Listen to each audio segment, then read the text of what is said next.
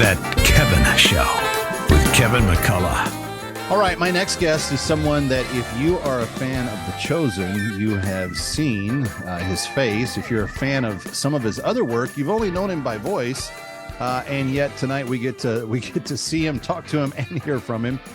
Ladies and gentlemen, please put your hands together and welcome the man who plays Zebedee in The Chosen, Nick Shakur.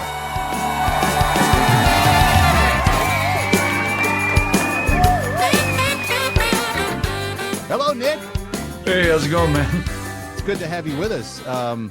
When you were considering the role of Zebedee and you were thinking, I'm going to be part of this and we're not going to have normal funding and I don't know what it's going to look like and all the rest of that, were there some questions in the back of your mind going into it?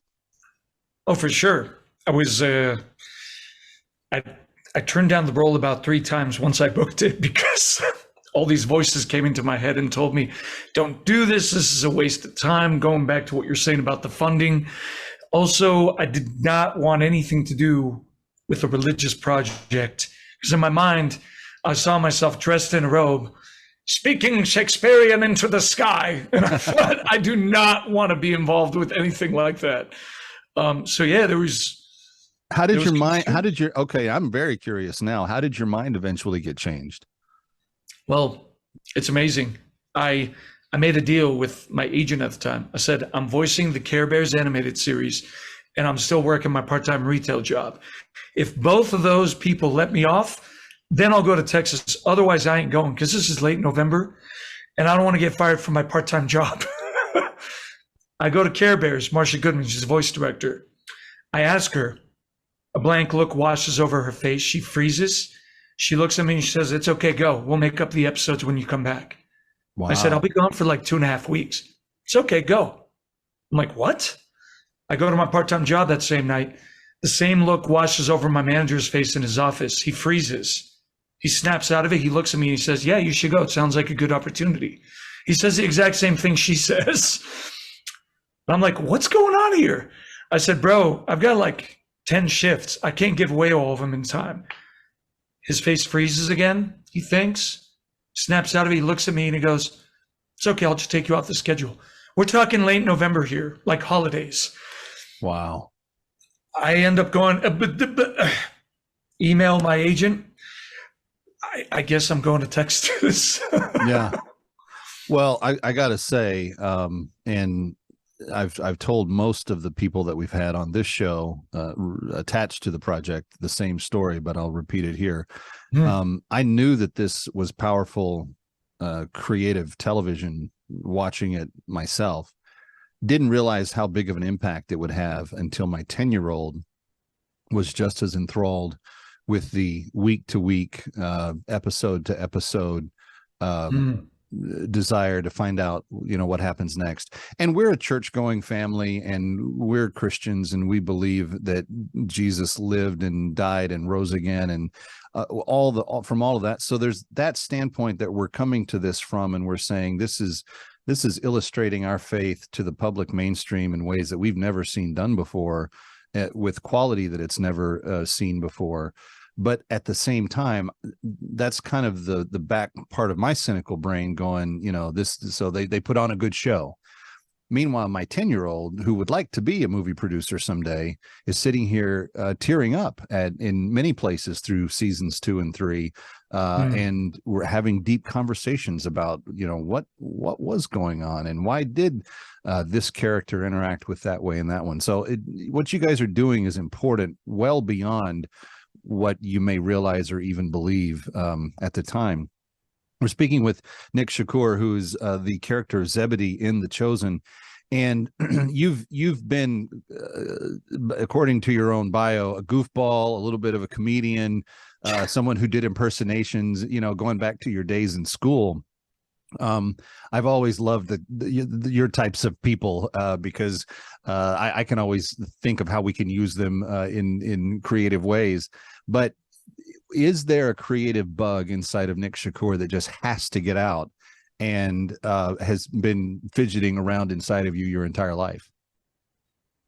Definitely. No, that's a perfect way of describing it. That creative bug that God plants in you, and it starts getting stronger and stronger to where you're at a place where you have to do it. No matter what, you have to express that gifting that God has put in you.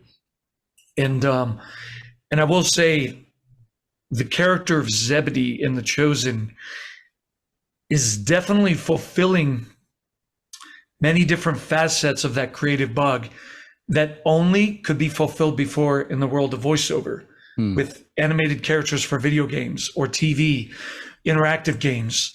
I'm able to play him in The Chosen in a way that, like you'd play Johnny Depp with Jack Sparrow or Willy Wonka.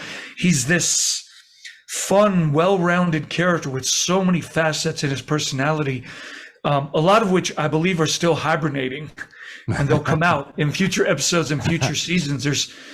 There's nowhere he can't go as a character. So, well, and at this point, Yeah. because it's a 7-season series, you're starting season 4, and the story is definitively going towards what is ultimately going to be the death of Jesus and the pain and the fear that surrounds that. So I expect that the intensity that ratcheted up in season 3 is only going to continue to grow in seasons 4 and 5. But I also think at the same time, that's why the Zebedee character is so important, because he is kind of he's this father who has these 2 rascals of sons that he kind of busts their chops legitimately for from time to time, as a good dad would. But he also has immense care. It's a very complicated character, and I'm just curious how much of what you've researched and what you're identifying with him in is actually a part of your personality. How much do you identify with him? Well, it's interesting because the way he came to me when I read the script, that he received the script for the audition for The Chosen, and he was just downloaded to me. I mean, almost instantaneously, visually, his voice, everything was there. And I was thrown off because typically I'll sit there and I'll wait for a download and, okay, well, what does he sound like? Let's see. And this was like, no. God was like, this is how you're going to play him. And we will cross the bridge when we get there as far as how much change he's going to go through. Yeah.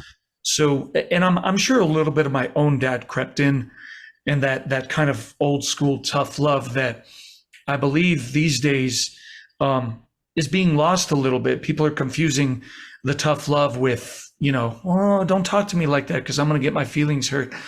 When it's like, no. Love can mean putting your foot down. Love can also mean gentleness and kindness, and doing it from that place of God's love. Yeah. So I felt all of that swirling in me. And so I said, okay, when I play him, he has all this. He's unapologetic.